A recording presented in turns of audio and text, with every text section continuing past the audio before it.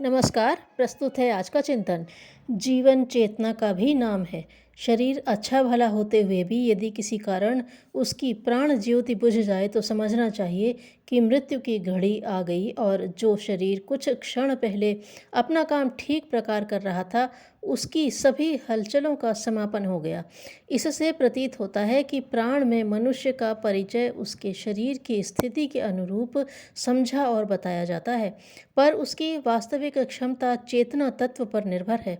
यह तत्व बहुधा अचेतन के रूप में अवयवों का अनवरत संचालन करता रहा है और विराट सत्ता के साथ जुड़ जाने पर अतीन्द्रिय दिव्य क्षमताओं का भी परिचय देने लगता है, पर साधारणतया उसकी विधि व्यवस्था विचार शक्ति के रूप में ही काम करती देखी जाती है।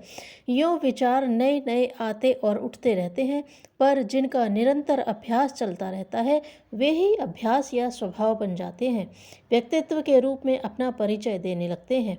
शरीर में यूँ रक्त संचार प्रधान प्रतीत होता है, पर बारीकी से पर्यवेक्षण किया जाए तो पता चलेगा कि जीवन सत्ता के हर पक्ष को विचार ही प्रभावित करते हैं। यहाँ तक कि रक्त संचार, श्वास प्रश्वास, चयापचय, निमेष उन्मेष आदि में भी मन का ही एक अवचेतन नाम से जाना जाने वाला पक्ष काम करता रहता है। नाम रूप से किसी का परिचय प्राप्त करना एक बात है, पर किसी की विशेषताओं को जानना हो तो उसके गुण कर्म स्वभाव को, योग्यता विशेषता को जानना होगा। व्यक्तित्व इसी को कहा समझा जाता है। यह और कुछ नहीं, विचारों के अभ्यस्त पक्ष का ही एक नाम है।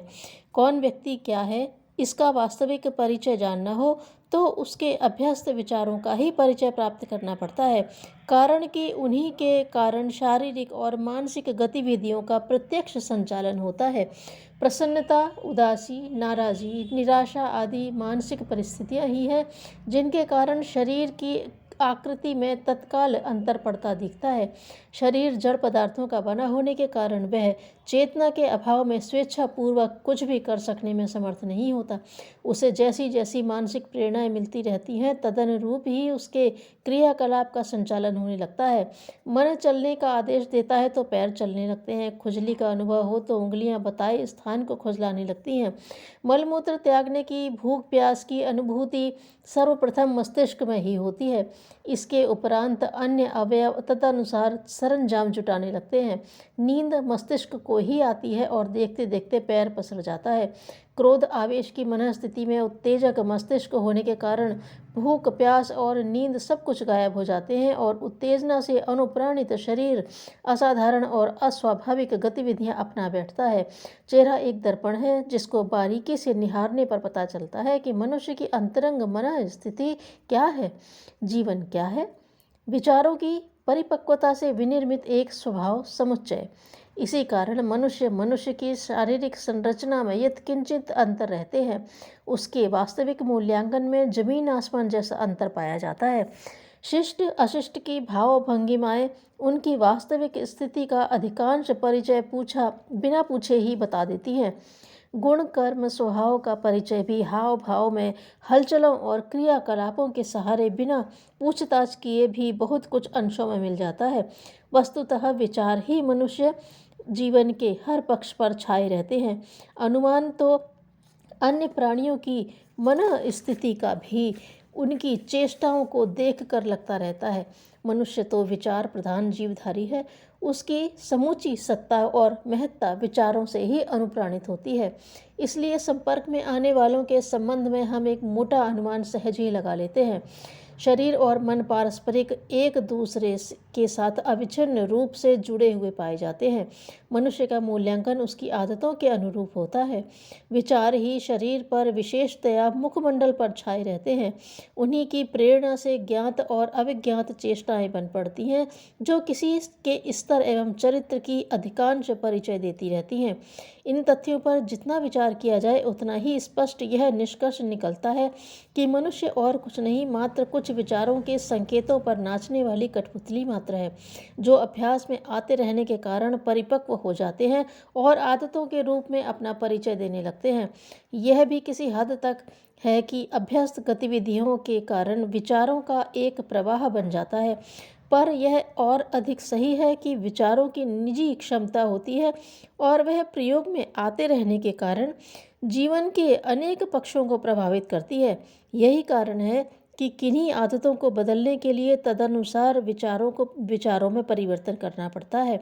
उन्हें न बदला जा सके तो क्रियाएं अपने अभ्यस्त आचरण से विरत होने के लिए सहज तैयार नहीं होती। नशेबाजी का उदाहरण प्रत्यक्ष है।